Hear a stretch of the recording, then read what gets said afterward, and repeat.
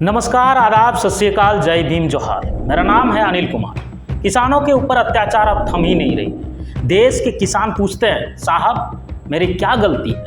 क्या ये मेरी ये गलती है कि हम एमएसपी की मांग कर रहे हैं? क्या हमारी ये गलती है कि हम मांग कर रहे हैं हमारी कर्ज माफ किया जाए? या फिर ये गलती है कि देश को अन्न देते हैं, देश की पेट भरते हैं? क्या हमारी गलती है? और किसानों को जवाब में क्या मिलता है?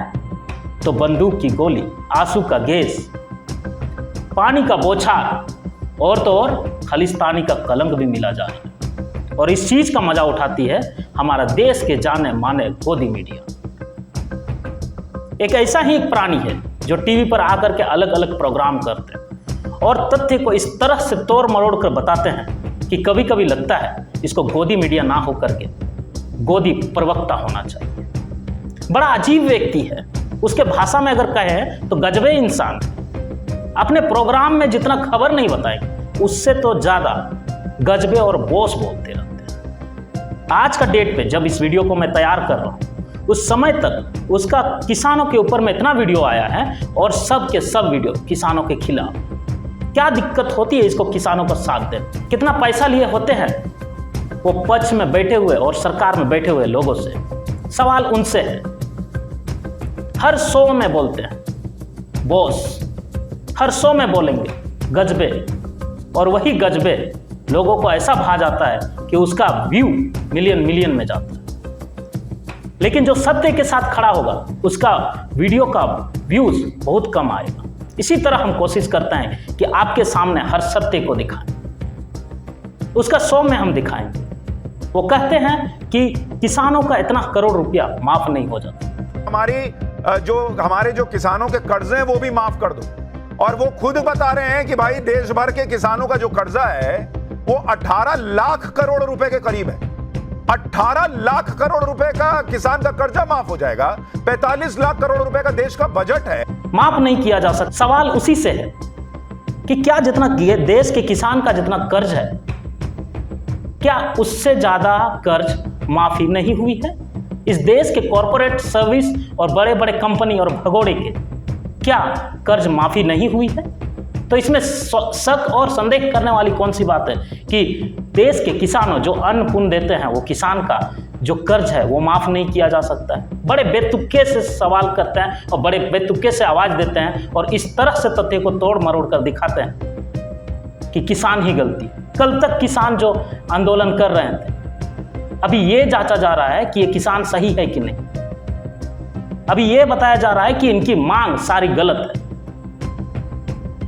और बात करते हैं देश के हित में काम करते हैं, बात करते हैं पत्रकारिता की। और देश में ऐसी स्थिति बनाई हुई है कि बेटी को खुद बचाओ। सब लोग से अपील है, इस देश में बेटी बचाओ कोई नारा नहीं है, क्योंकि ये नारा अब नारा नहीं बल्कि चेतावनी बन गई।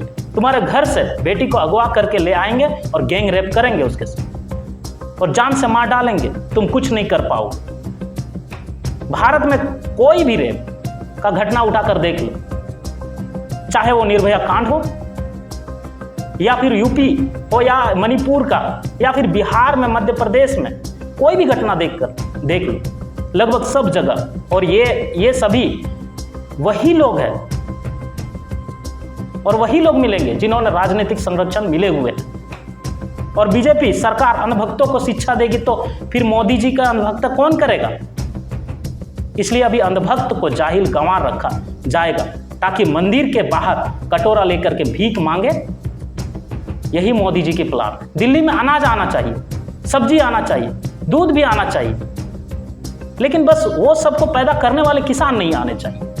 ये अनपढ़ सरकार के तानाशाही है, पागल है कि किसानों के ऊपर इतना अत्याचार कर रही है।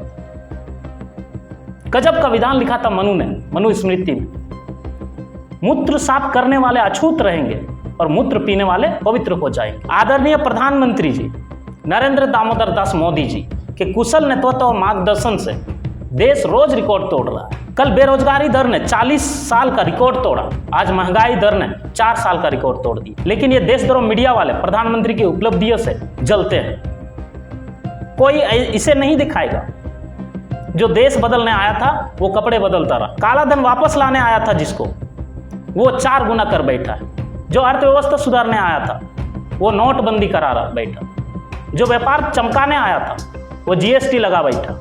किसानों की आय दोगुनी करने आया था वो 700 किसानों का हत्यारा बन बैठा है अभी। जो भाईचारा बढ़ाने आया था वो नफरत फैला रहा है।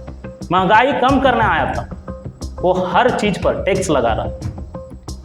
जो नारी सम्मान की बात करता था वो बलात्कारियों को बचाता है। जो नारी शक्ति की बात सशक्ति की बात करता था वो नारियों को निर्वस्त्र करके घुमाए बैठा है।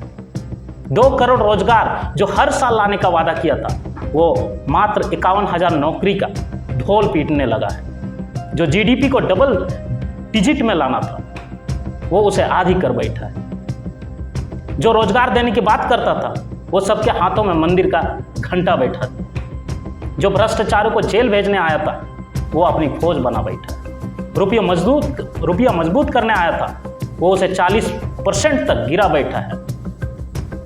वो संविधान, प्रशासन और न्यायपालिका को मजबूत करने आया था और वो उन्हें बंधक बना बैठा है। जनता को एक से एक भव्य मंदिर मिल रहे हैं।